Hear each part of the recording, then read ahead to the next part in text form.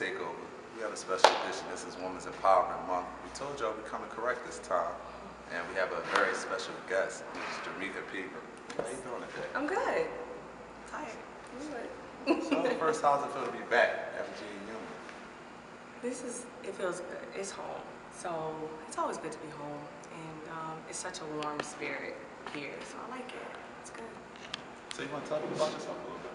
Yeah, at this point I'm a clinician, so I do therapy, which is coming from a strength-based perspective, holistic perspective, meaning I really work with the person where they are. So I don't believe in medication, but if they are on medication, I give my clients or patients the options to kind of wean off of that, or they can stay on, or if they feel like they need more, but it's really about getting them to understand the holistic perspective of utilizing their own strength to kind of get through situations. And that's it with that part. And speaking, I do motivational speaking, which I love, and I travel, and the traveling is fun.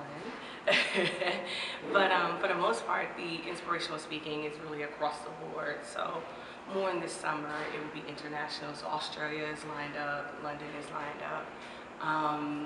Which is really good because UK is really receptive. This will be the second time. I'm really excited about that. So you said going back, how was your first experience? It was good. I think I was more into the food. It's expensive. Man, it's expensive. Yeah, it's expensive, but the experience, of course, I think meeting people is really where my heart is, and just across the board realizing that no matter where you are, no matter where you live, there are people in this world that are really experiencing some things that you probably never have, and maybe you think your life is really bad. And so I think just connecting with those women at that time, I'm looking to do men and women the next time I go back for some workshops and trainings. So I'm really excited. What made you get into speaking? I've always had, I've always had kind of just felt like I've been in positions where I've had to speak. So it was not really a problem of me speaking, whether it was kind of like in class or something to that nature, but to kind of take it on a bigger scale, a bigger level. I don't know, I just kind of felt like I should have. It wasn't like anyone necessarily encouraged me to do it. It was like, I'm gonna do this and I'm gonna try, and if I like it, great. If not, I know I can scale back and do some other things. So I think it was really me, and I just kept challenging myself to do that. So one thing I wanted to ask you about C.I.R.C.L.E, which I see you're you're a founder of it. So do you want to tell us a little bit about that? Oh yeah, so C.I.R.C.L E stands for Community Involvement to Remain Connected and Lead Effectively. The website actually was supposed to launch on the 29th, but we're looking to launch the website before April.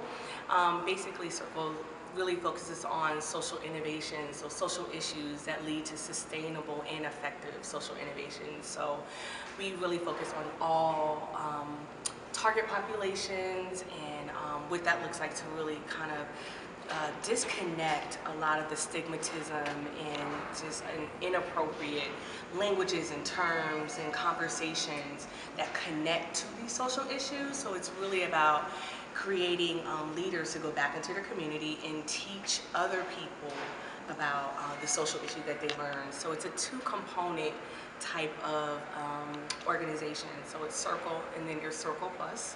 C.I.R.C.L Plus is where you would do like the workshop on the social issue that you learn through the service project.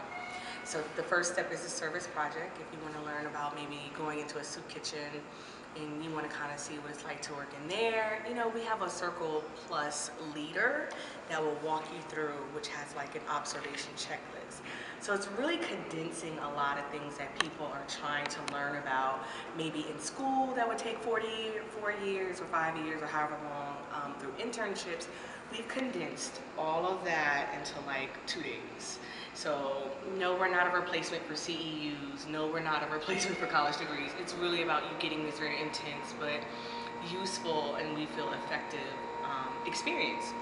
So the whole purpose is to create a snowball effect, where once you go back into the community and you talk about the particular social issue, then hopefully other people will understand that they can come and learn about a social issue of their choice, go through the same kind of, like phase, and then go back. And then also, once you're done, you will be identified as a Circle Plus leader.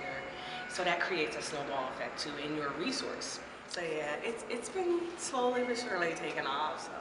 How long have you been doing it for? Well, this idea of Circle and the name itself, the name originated in 2009. Basically just kind of like really getting out, getting community stakeholders has been like since 2014. And then there was a slight pause with it because we had to revamp some things. And then we just kind of start coming back this year, 2016. So we're looking to really take off, but of course the financial. So we're going to need a lot of community stakeholders to invest too.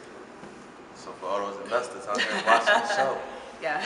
just make sure y'all pay attention to the future moves that's going on. Yeah, and when you become a member of Circle, because you become a member, it's not, you can become a member, but you don't have to go through the experience all the time. So you can do it once, you can do it twice, but the point is we're really here to be a resource for however long you choose to be a member. But once you select which type of, I guess to say, package you would like to go and move forward with, your money goes to any social issue or charity of your choice. So it's a really multi-purpose, multifaceted type of organization where it's not like, we're just taking this money and we're giving you a t-shirt and a notebook and saying, go Circle. Like, no, we're teaching an experience, but we're also giving back. So these community stakeholders are getting money back. So every time someone donates 3% of whatever that membership is that you've selected, they're getting that back. So you're giving back, you don't even know you're giving back in a sense because you're just paying the membership, and then out of that membership, it goes to the charity of your choice, and you're still getting the benefit of being taught by Circle. Money well spent. I know. That's what it sounds like. I know. It's fun. How did it feel being elected to the council? Well, elected by the Richmond City Council For the social service. It was good. I mean, to be elected by City Council for the Social Service Advisory Board, it's helpful. It's definitely helpful in terms of connections and really just kind of seeing on a different level what some things look like with these organizations that are connected within social service, or more so the pieces that are. So people that are in the social service field understand there's the micro and the macro level, which means it's more policy oriented on the macro, it's not as clinical. And then you have your clinical where it's more direct practice on the micro level. And it really does highlight both. So at those meetings we talk a lot about with people that work in the social service building, just kind of how a lot of things are kind of put together in terms of making decisions, the changes, statistics, ratios of a lot of the different programs from the WIC program and just everything that's right there in dealing with social service. We talk about it, and it gives us a real good insight in terms of how this kind of affects or impacts communities and the changes when it comes to the different laws that are in laws and policies that are being made by our delegates and senators and things like that. So we kind of get like this tunnel of what's coming down in a sense, and we discuss this and we make decisions in terms of, what do we feel we can do to kind of advocate for the community or help the community. So it's fun. It's a dedication. It's 4 years, I believe. Now, as you were talking, I heard a little bit of New York come up. I know you're originally from Germany, correct? Yeah, I am. How's that adjustment? It was huge. Oh man, because we go to school all year round in Germany. Summer, spring, fall. We go to school all year round. So it was an adjustment in terms of just seeing predominantly, going from seeing diverse, which was in Germany at that time, just like white and black, to coming here where the Hispanic population was not as much increased in the neighborhood where I'm from. It was just black, maybe a few white.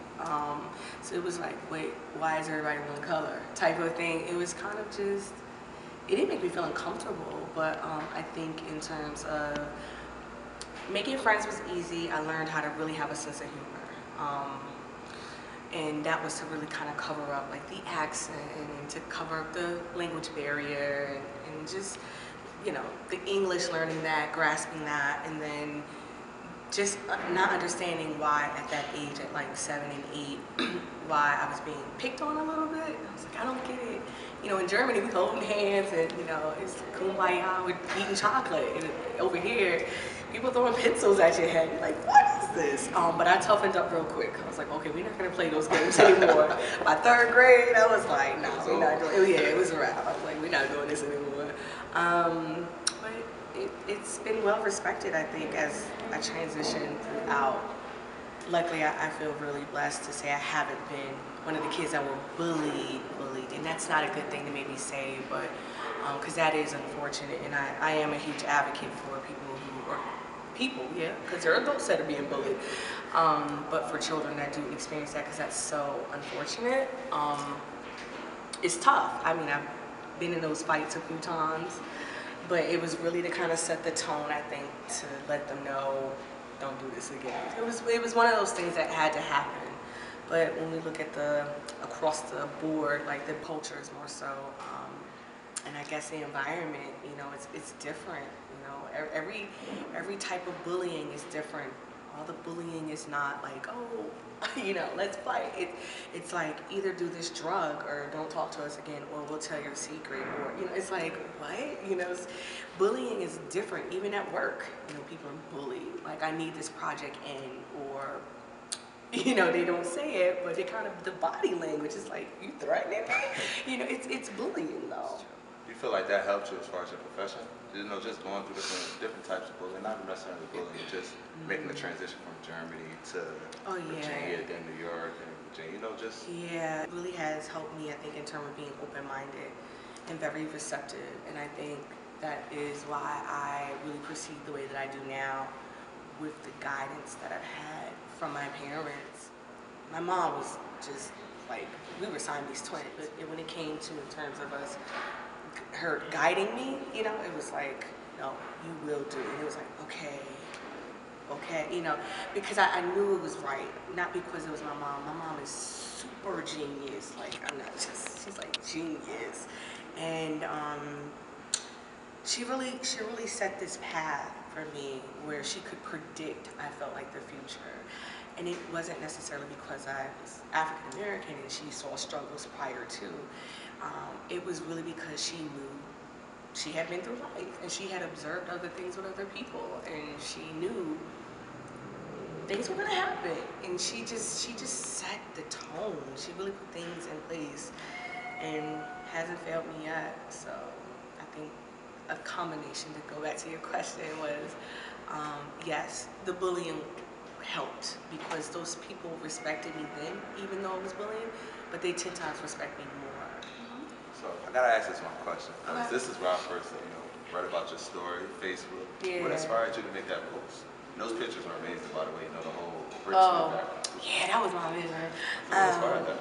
I'm very much of a visionary. I'm very creative. I know what I want, what I don't want. I know whatever it is that I want to do that needs to be produced, it has to be shown.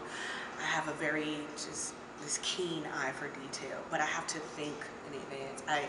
You know, from what I'm wearing to what I'm saying to what I'm doing to what I knew it would speak a different message in the picture with the Richmond in the background, is because that's where we're from. That's where we live. Not where we're from, but also where we live. And running for City Council, that's who I'm representing.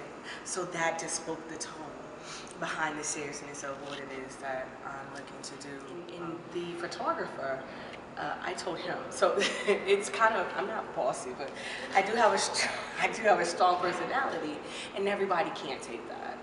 But I always seem to kind of loop people in with the sense of humor, I feel, and say it's okay, like I'm not gonna bite, you know. I've been told over the years my facial expressions are very like, man, you were serious. I was like, very honest. Yeah, but sometimes when you're walking, you look powerful. I was like, man, I had gas. Like, I really had gas. That's what that was about. Like, really? Like, I gotta start looking like I have gas more often. Maybe I'll be mayor or something. What inspired that, as well as some of the other pictures that will be on standing in front of that Richmond sign was, I just knew, again, what would kind of speak this tone to what message I'm trying to convey non-verbally. What would that look like, you know? I mean, I just didn't want like some plain background, you know, but I needed something that was gonna be like, man, you know, you're gonna see that on the highway, that Richmond sign every time. So I always want people to be thinking. I've always been honest in what I've had to say. Now, as far as for the personal piece, recently I would say over the last 4 years, I've really started kind of coming out more and more. When I graduated from Virginia Union in 2004, I left 2 weeks after homecoming. After homecoming. Look at me, ready for homecoming 2016. C.I.R.C.L.E. champion. Man, have your tongues. But I left 2 weeks after graduation, and I was offered a job in New York as a executive director, and that I got a very great salary to be 26. I wasn't your average age, like 21, 20, 22. I was 26 because I didn't do a lot of things straight away. I had my own rebelliousness and my reasons why, but you know, with those things catching up with me, I was able to still make decisions, and I learned. But making almost 72 grand for a 26-year-old, living, you know, right there, which was odd. I lived right off of Atlantic, which ties into your question. So where the Barclays Center is now, the Atlantic Mall, I lived right in those condos, right down the block. It's like 3,200. You know, I had a doorman, 2 cars. You just couldn't tell me. I was like, yeah, you know, and saved my money and just, I was loving life. But I got that job because I learned how to grant write. Here through a job opportunity that was really kind of like an internship, but I got paid for it. And then prior to in my life, I learned how to grant write. So that's really what they needed. Grant writers were paid a good amount of money, at least in 100 grand. But I oversaw a program in Brooklyn, and my office was in Columbus Circle, 59th Street, and I would commute between those two. And I got a lot of experience just kind of being up there. How this ties into the post is really about the experiences that I learned there in combination to the little bit of stuff that did happen to me when I came to the States, mostly Richmond. It wasn't too much, but it was very personal and more family issues that kind of happened. And once I got to New York, the whole homeless piece happened because I was robbed out of $8,000 through a scam. So they're very known in Brooklyn for their housing scam. And I lived on Malcolm X Boulevard, and I was like, man, this is too good to be true to have a multi-duplex for this amount of money with a garage. Wow. And it was a multi-duplex where I had 3 people, and I was on the bottom. And sure enough, I think 2 months later, maybe less than that, but I got a knock to my door, someone saying, what are you doing in my apartment? And it just took off from there. It became so bad. So a lot of people did not understand, well, how did you get to the point where you're eating out the trash can? Once that happened, that person that actually owned the building tried to illegally evict us, basically. And it didn't work, so I was always late for work. And at that time, I was working in Harlem. I was always late for work. I ended up losing my job. But at the same time, like maybe 3 weeks before, I had just applied for another job because I just wanted some extra income. And they called me, and it was an overnight job working in a domestic violence shelter. And that saved me just a little. But what I ended up doing, how I got out of that money, was because I gave a deposit, I gave first month rent, and I gave like almost 3 months rent after, because I had saved that money because I was so excited. And that was it. That was my money, and I never got that money back. I took them to court, but I never got it back. And unfortunately, how I ended up getting out of that apartment so fast was because once the person that actually owned the building, which he got scammed through the people that claimed they owned it, once he came to do that, he took us to court immediately. The judge had no mercy on nobody. So he was like, everybody get out. Everybody pull your hands out of this. And that's it. And I had to get out within, I think, 48 hours or 72 hours, something like that. It was because the city said, we're going to take the building now, since no one can figure out who owns it. It was just a mess. And so I ended up leaving, and it was heartbreaking. I was determined not to come back home though, and I did not think it was gonna get that bad. I was like, man, this is getting like good but crazy, but I'm learning. And then next thing I know, I don't want to say my pride kicked in, but I will say that I made some decisions that were not safe by sleeping in the car.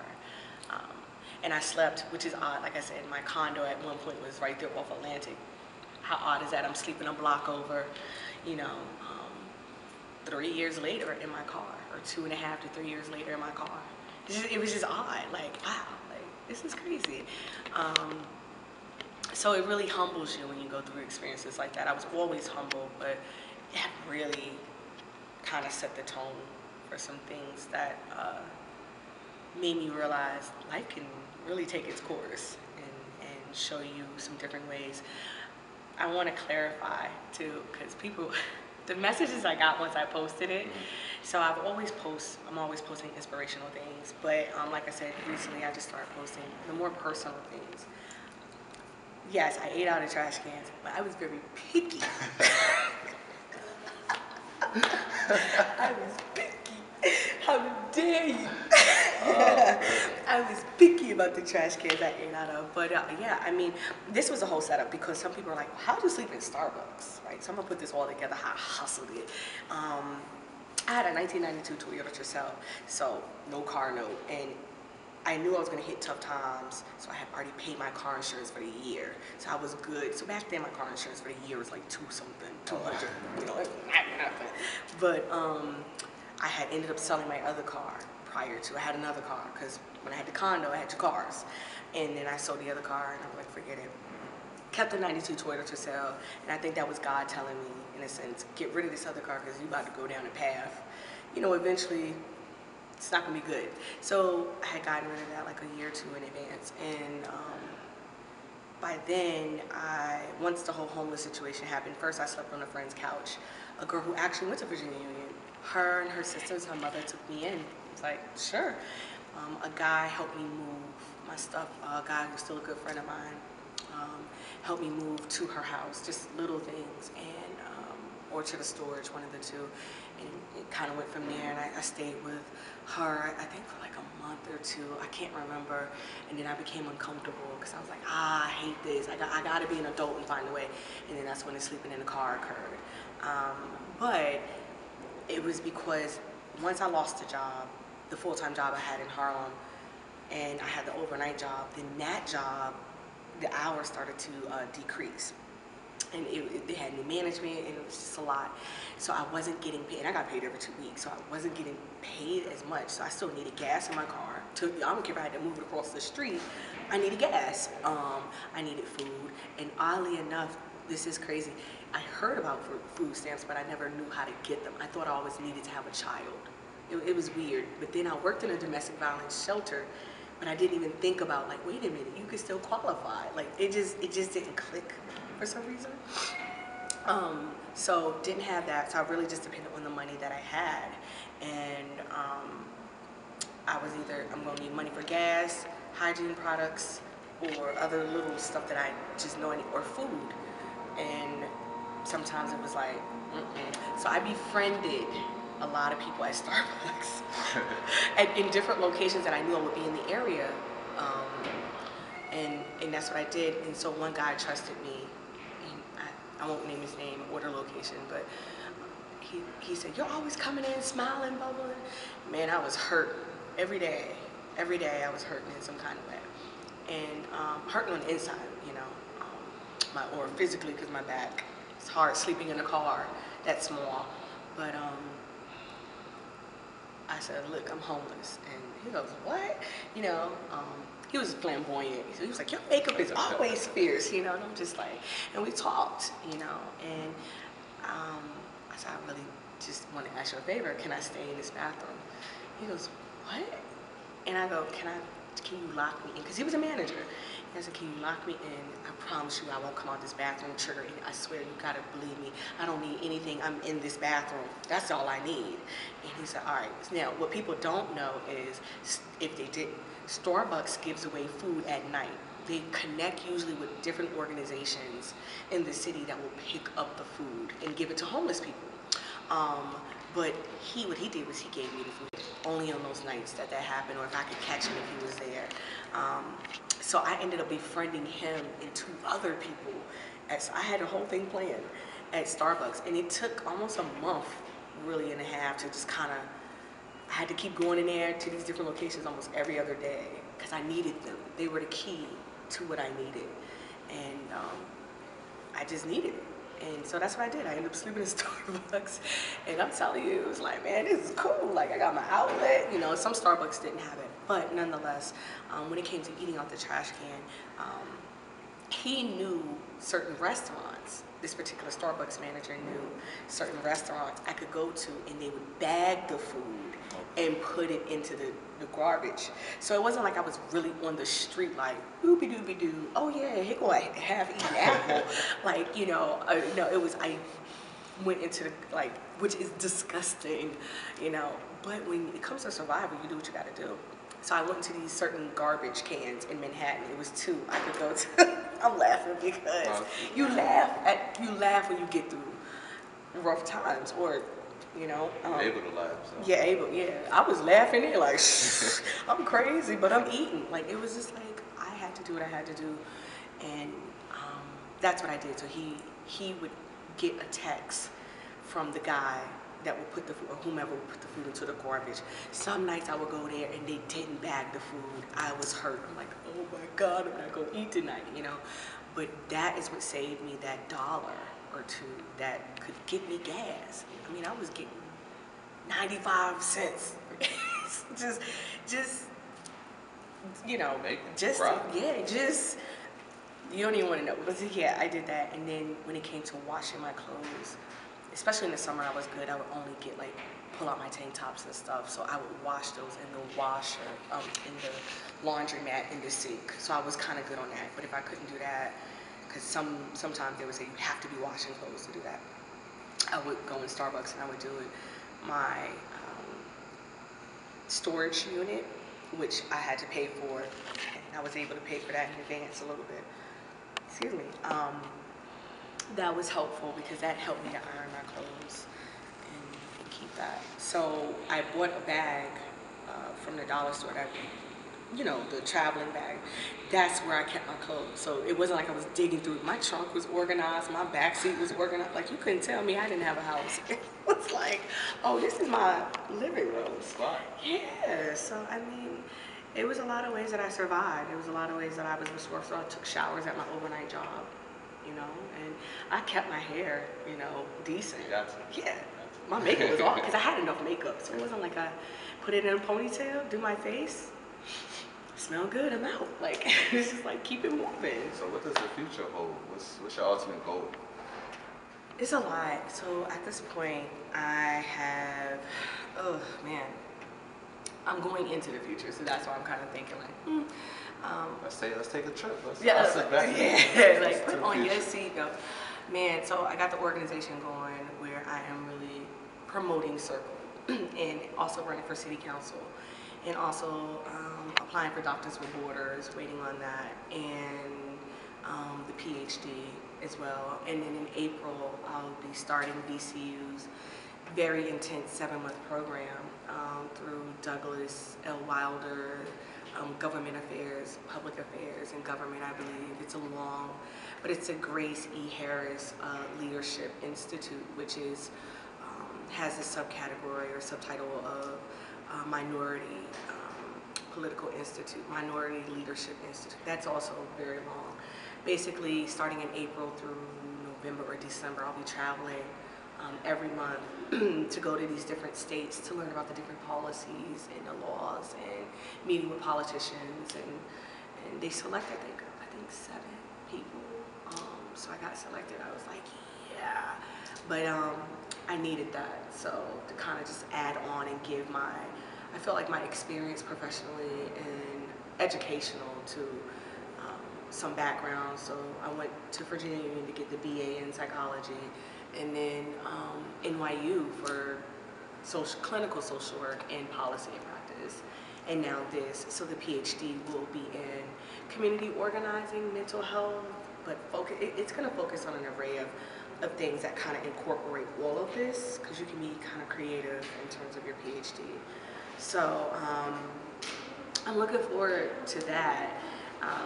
But the things that I mentioned prior to, you're probably thinking, how are you going to be doing all that? So I know you're capable of it. Oh yeah, it's just some things I'm doing simultaneously.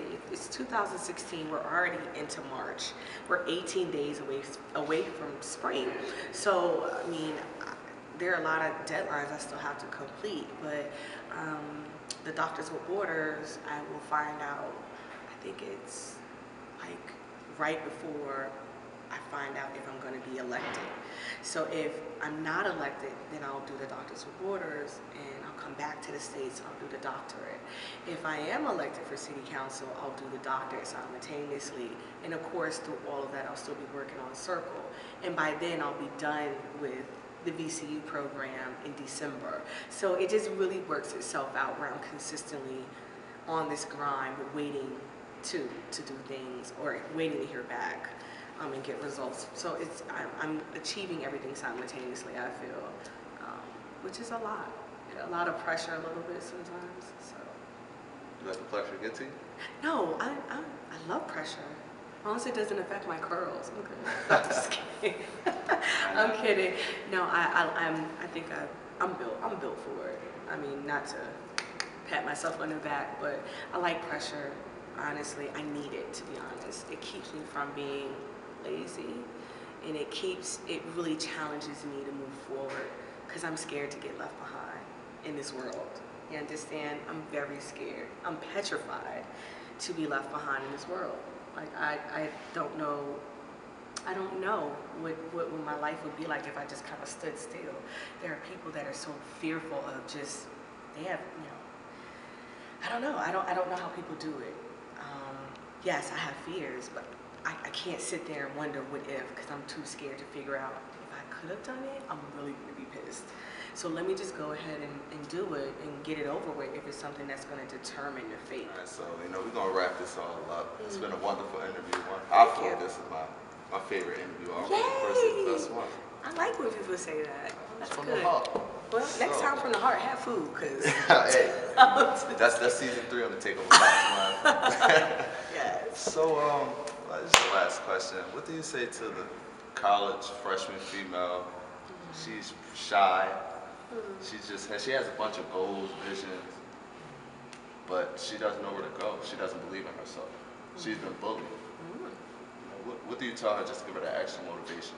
Life sucks. You gotta suck that up. Keep moving on. That is it. But it can be male or female, right? So I'm not gonna limit it to females, because hopefully your male viewers will understand the importance behind the message. But there is no right or wrong, because the beauty of life, right, is that I find that when you make a decision to do something, if you feel good about it, that's right.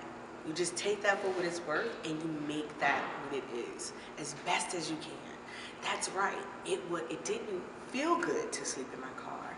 It wasn't necessarily a right or wrong. It was a decision that I had to make, but it felt right, and it felt very safe, because I felt, for me as a Christian, I was going to be okay, and I knew there were going to be other things. Now, that doesn't mean things couldn't have happened beyond my control, but at that moment, there was something saying, it's okay. And you have to follow that intuition. Whether it means you're going to create a plan for yourself and you need to stay up a few extra hours when you get off work, you have to start training yourself to trust yourself. And you're always going to hear like this voice in your head, right? Like, that just sometimes will make you think you crazy. You're like, who is this? Like, what is this? I feel like it's a spirit, a good spirit of yourself that's saying it's time to move forward. It's okay.